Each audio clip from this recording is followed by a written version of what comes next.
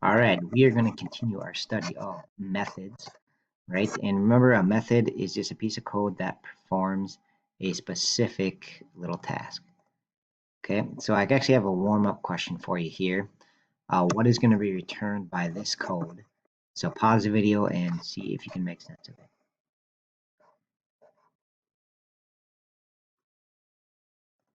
Okay, so hopefully you figured out that we create two ints.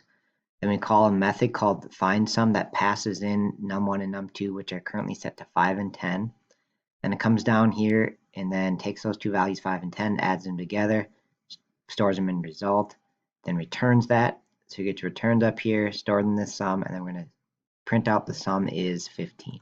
So this would be the sum is 15. Okay, so just to give you a better idea of like the sequence of this, I loaded this up in a little visualizer called a Java visualizer. It's from the University of Waterloo, it looks like. If you just Google search Java visualizer, it's kind of useful to see what the code's doing. So what I'm going to do is, if I can get all this to display, is I'm going to step through it one step at a time. So you can see on this first line in main method, I just have a num1 variable, like a bucket, and it has 5 in it. And then I got num2 with 10. And so now I'm going to jump down and call into this findSum method. So I did these two lines first, and then we jump down into findSum. Okay, and inside of findSum, A and B are new variables. They're actually new buckets, but they are whatever is passed into the method. So the values that were passed in were 5 and 10. So they're still up there in main in num1 and num2. But down in findSum, they're new variables actually, and they took on the value of whatever got passed in this case, 5 and 10. So A is 5, B is 10. Okay, now we're going to make a variable called result, and then that is now 15, right? This adds A and B together, so it's a new bucket.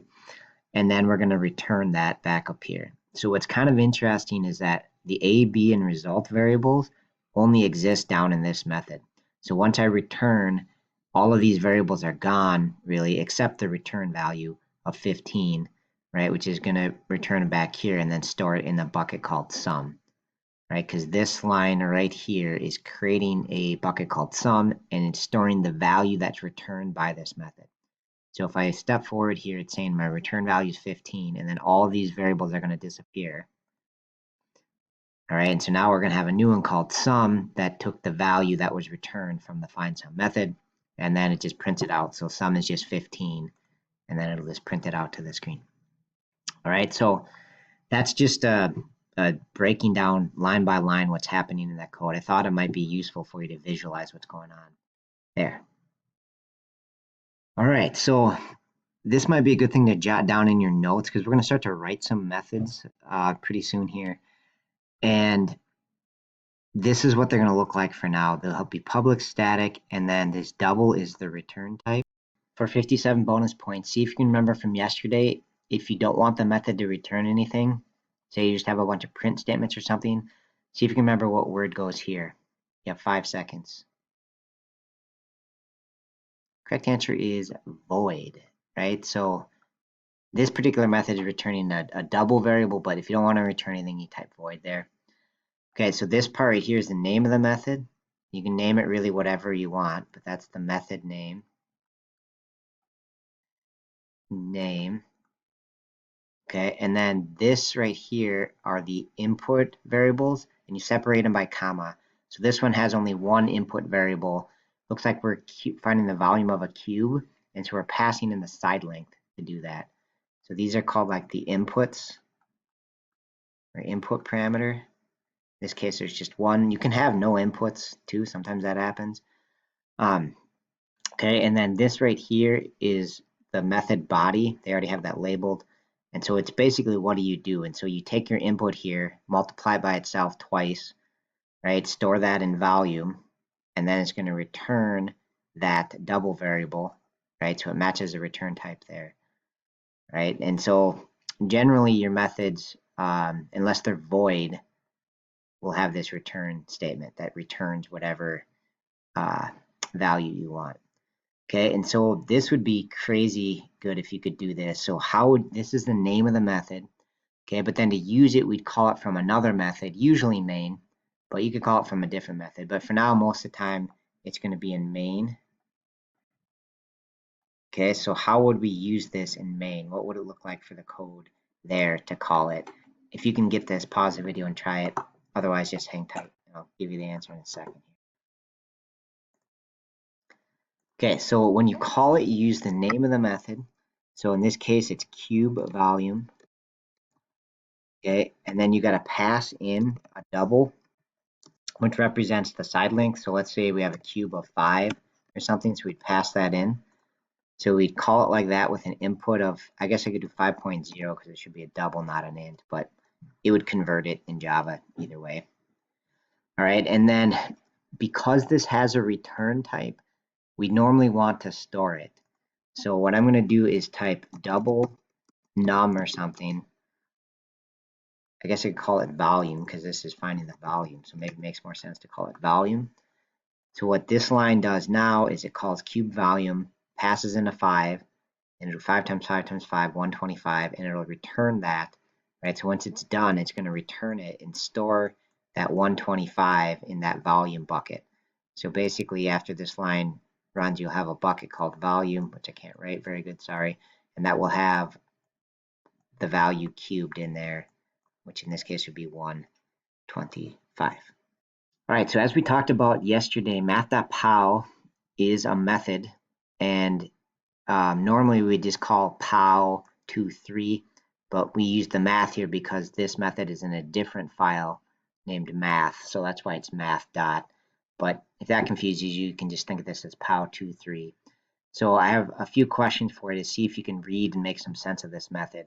Some of the vocab here especially is important. So pause the video and see if you can answer part of these questions, any of these, one or two, whatever you got. Try to answer these questions based on this method, and then I'll go over the answers with you. Okay, so this one has 2, and you can see that because it's the parenthesis, and inside of there, there's 2 coming in. And the first parameter is the 2, the number 2. And this is actually either a double or int. If you look in the definition for this method, it's actually a double. So I probably should have did 2.0, but it's the number 2, and it's specifically a double type. Okay, so where does it get stored? So these are our inputs. The 2 and the 3 are the inputs, and then the output is the result variable, okay, which is a double type. So this method returns a double, and it stores that result in this result variable.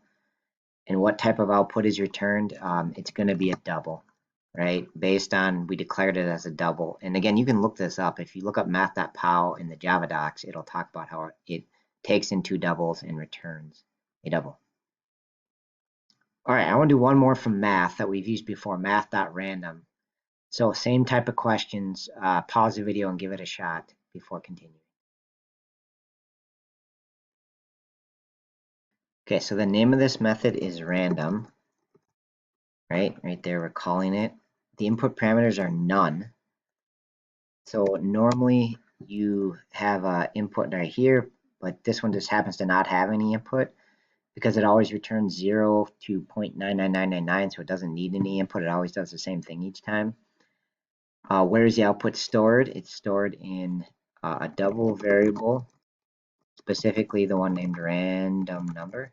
That's where it's stored. And the type of output is a double.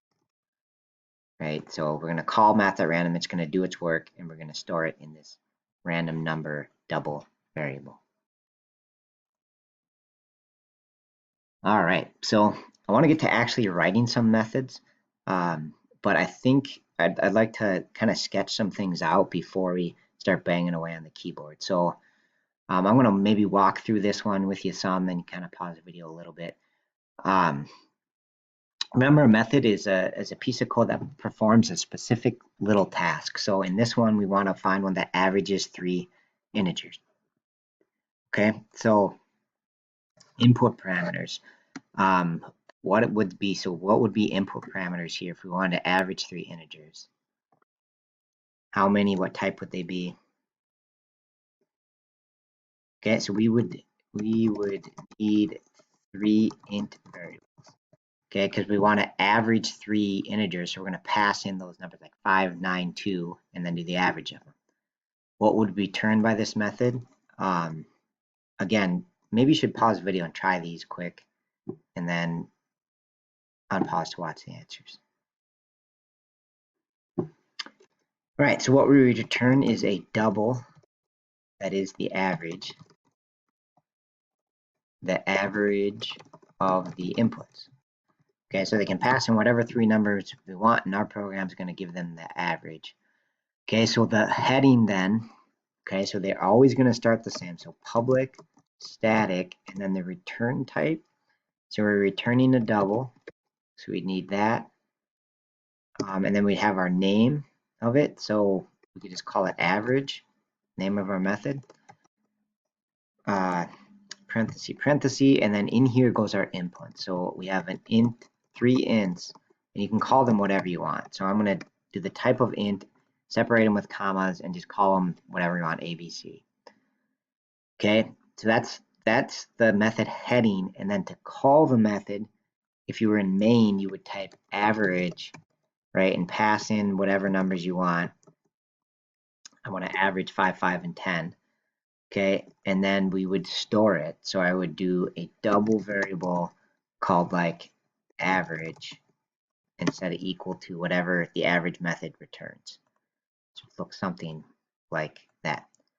So let's give this a shot. So if you want to go into make a .class file method notes or method examples, whatever you want to do it, and then I'll start typing some of these up. So I'm going to use the same one as yesterday for me. But I'm going to blank out my main so that right now it doesn't do anything. And then I'm going to start writing my average method outside of main. So see if you can use this information to start writing the average method and then call it from main. So pause the video, see if you can do this. Good luck. On pause for the answer.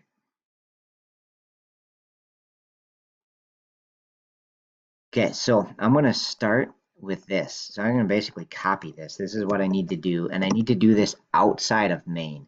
I'm making a new method, so main is going to start and end, and then I'm going to make a new method down here called average, and it takes in 3 ints.